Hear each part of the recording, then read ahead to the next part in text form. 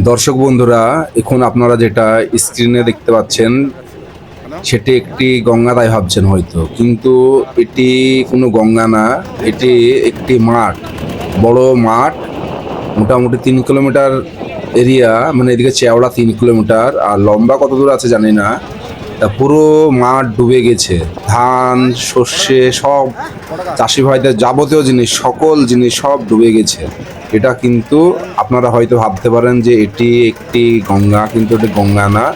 এটা চৌড়াগাছা স্টেশনের পাশে যে বড় মাঠটি ছিল, সেই মাঠটি পুরোটাই ডুবে গেছে, যেটা আপনারা খবরে দেখতে পাচ্ছেন, শুনতে পাচ্ছেন যে বলছে সকলে যে আমাদের মাঠ ডুবে গেছে, ধান ক্ষেত ডুবে গেছে, 2 লাখ টাকা নষ্ট হয়ে গিয়েছে, 5 লাখ টাকা নষ্ট হয়ে গিয়েছে, 10,000 নষ্ট হয়ে গেছে, 20,000 নষ্ট হয়ে গেছে। এই হচ্ছে সেই মাঠ।